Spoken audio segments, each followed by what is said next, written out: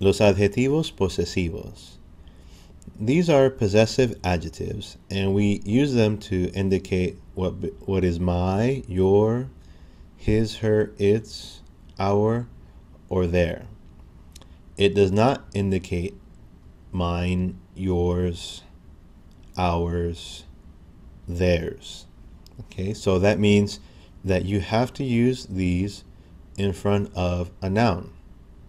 Okay, and this noun may be singular or plural. You're looking at these, me, mis, tú, tus, and you think, oh, well, that's easy. Nuestro, okay, those are pretty easy. But then you have su and sus, and that means your for usted, your for ustedes, and it means your for él, ella, okay, and even it, and it can mean your, their for ellos, ellas, okay. And then this looks easy at first glance, but it might be difficult. So let's look at this in more detail. So mi libro, okay, simple enough. Mis libros, my book, my books. Tu amigo, what if you have more than one friend? Tus amigos. Okay, well, maybe here it gets a little trickier. Nuestro can have gender and number. It can agree in gender and number. So if we're talking about our house, we would say, what? Let's see. Nuestra casa. What would you say? Our house. It's nuestra casa. It doesn't matter that we are plural. We use the we part to figure out which of these possessive adjectives to use.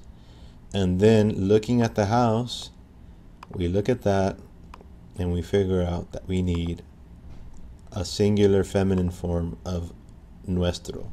That form would be nuestra, nuestra casa.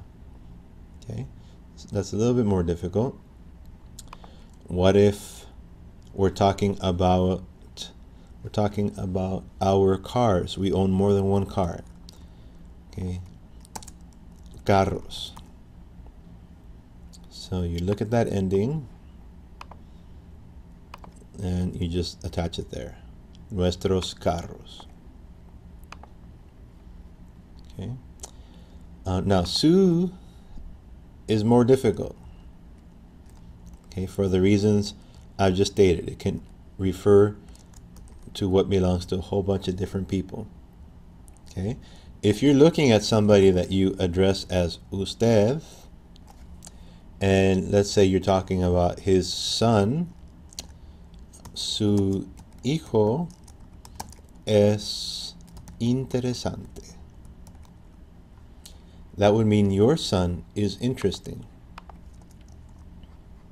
Okay, but if I were talking to ustedes, let's say a man and his wife, and I'm still talking about their son,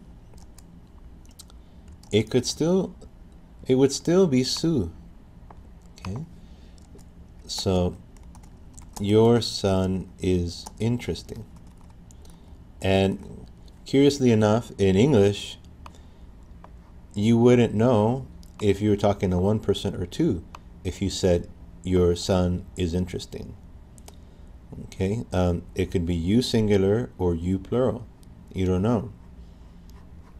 Okay, su hijo es interesante could also be referring to somebody else. Their son is interesting. Okay, it could be referring to ellos and their son.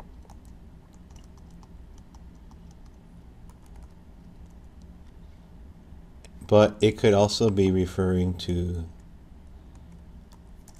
él o ella, because it could also be his son is interesting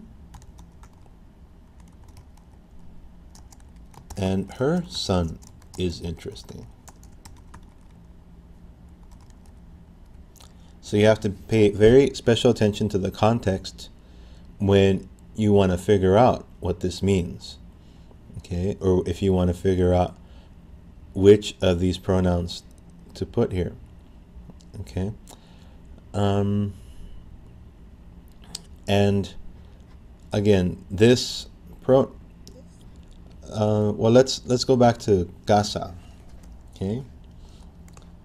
Juan, let's say we're talking about Juan y Maria, okay?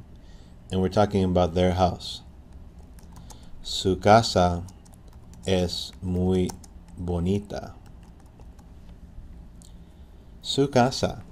So you might wonder, why didn't I put sus casa? I'm talking about Juan y Maria. Okay, well, this is ellos, and ellos can have su singular. How many houses do they have? It's one. So again, we choose this possessive adjective based on the person. The person in this case is ellos. Okay, and then we decide if we should put s or not by looking at this word. It's singular. Could you say sus casas son muy bonitas? Absolutely. They might have one house in the city and one in the country. Okay, but that would mean, sus casas would mean that they have more than one house.